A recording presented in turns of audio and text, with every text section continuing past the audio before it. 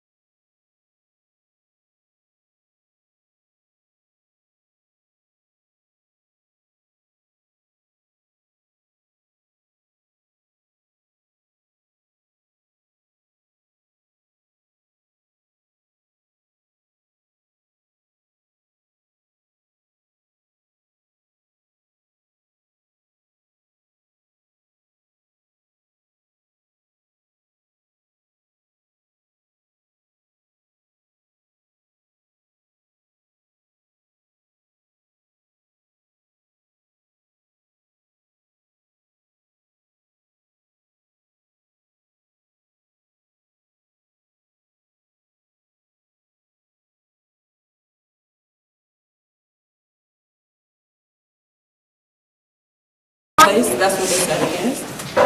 The conflict, Deja. A the literary element that involves a struggle between two opposing forces, usually a protagonist and an antagonist. A protagonist and an antagonist. Does anyone know what those two words mean? A protagonist and an antagonist? A main person in the story and like a background person, or the second main person in the story. You got the first part right.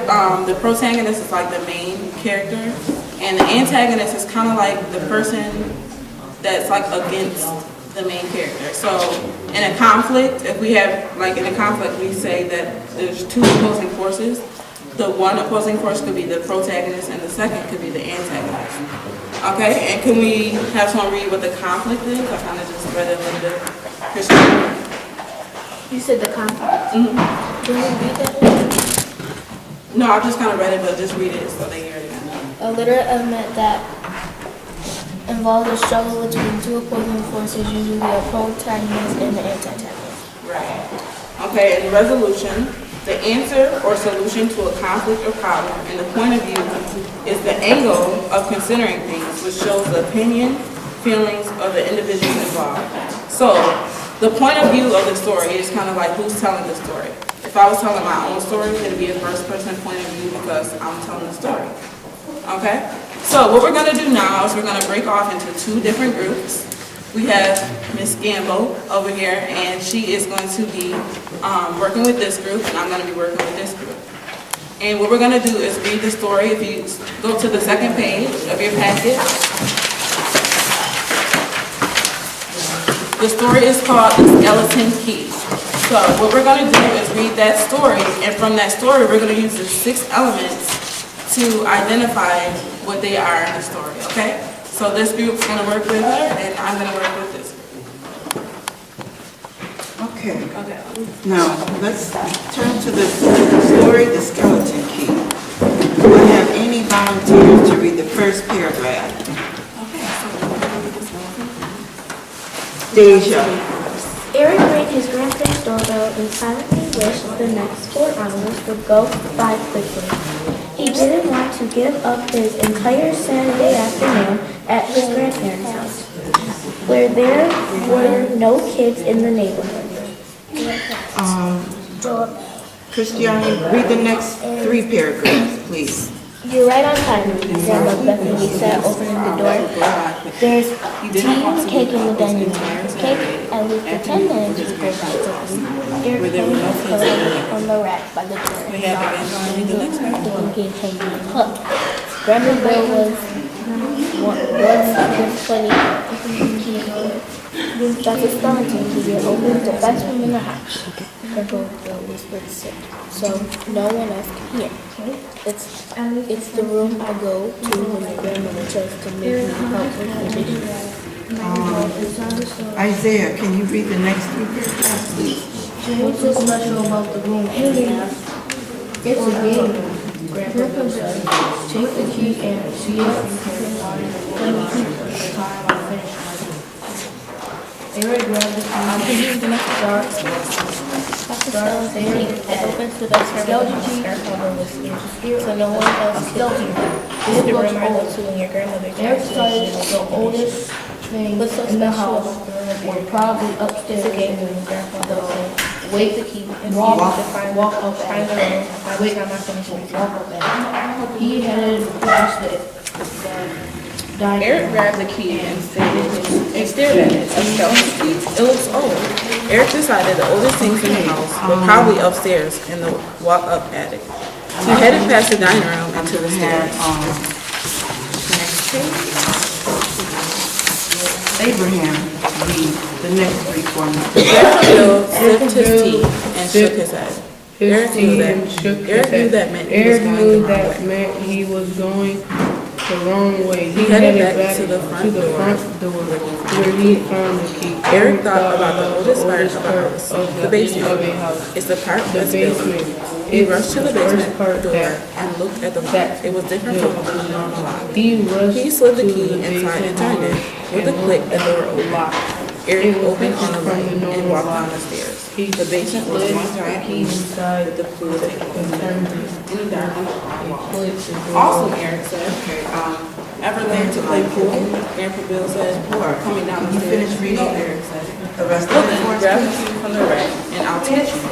Eric smiled the next 4 hours. We're going to fly by. Okay, so right now, what I want you to do is, with a partner next to you, you're going to use this story to identify the 6 key elements. So I'm going to give you guys a few minutes to do that.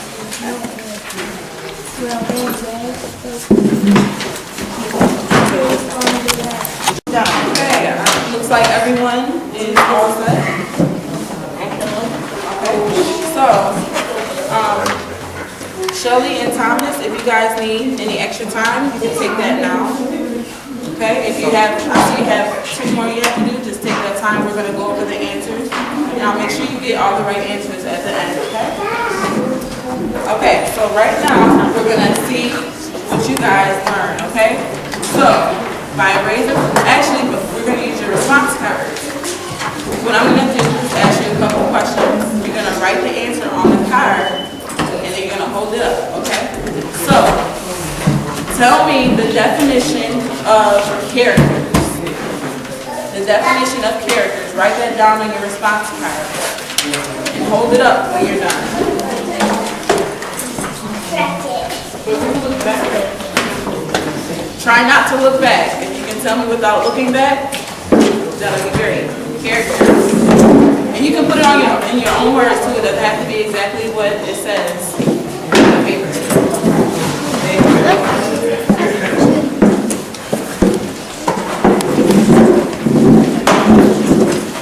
Characters. You got it? Raise it up. You got it.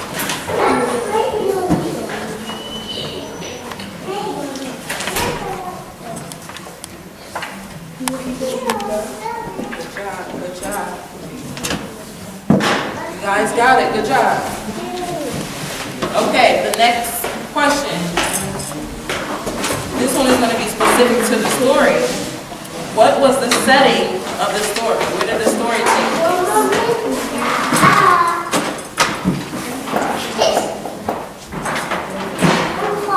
Where did the story take place?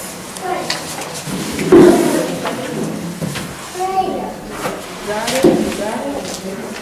Great job. You got it. Okay, I'm just waiting for a few more. Hold up your cards.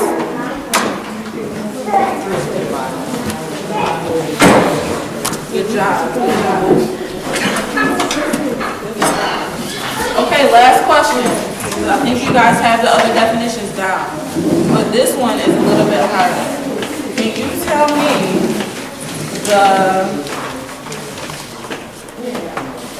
the point of view of the story. What was the point of view? This one is a little bit harder. But I think you guys can do it. I don't know.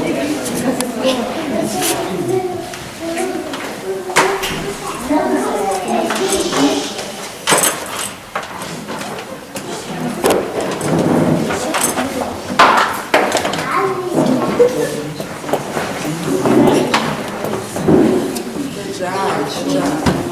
Got it. Point of view. You got it. Did you look back on the story?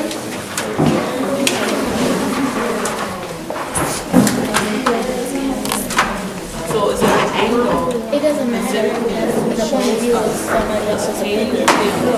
Of the individual involved. So who was telling the story? The point of view is the person is here.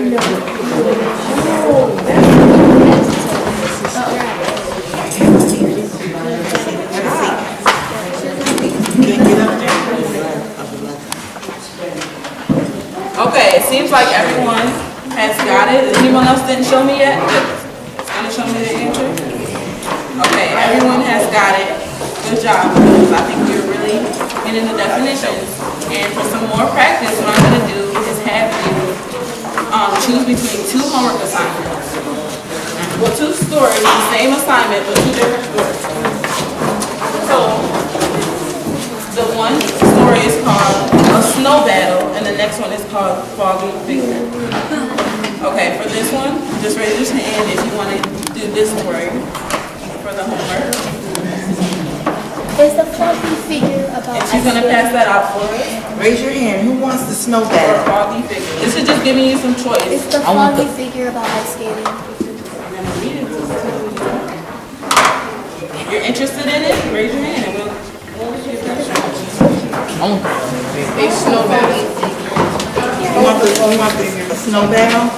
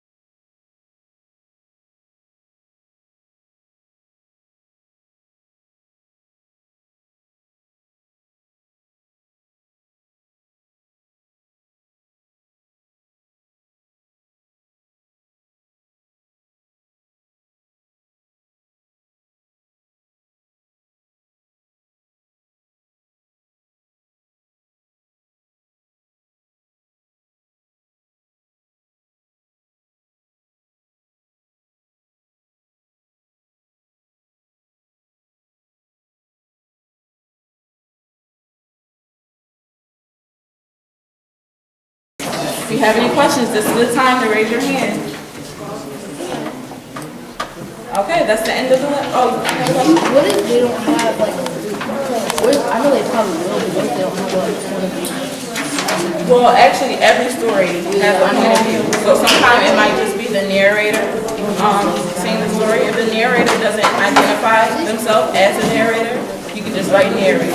And you know what that means, right? The narrator of the story? Who's telling the story is the narrator? Good question. The narrator is the person that tells the story? Right. Yep, that's the narrator. Okay, Sean, do you have that? Any questions? Okay, good job. That's the end of the lesson. Thank you. Okay, now that the lesson is complete, I think it'll be important for us to do a teacher reflection and evaluation, just so that the next time we can have some things that we can work on and improve on. So, just one of the questions, what are some of the strengths shown during the lesson? What are the things that you think we did good? Well, it was a mixture of different ones having answers needed. They did recognize after reading out of the reading story, they recognized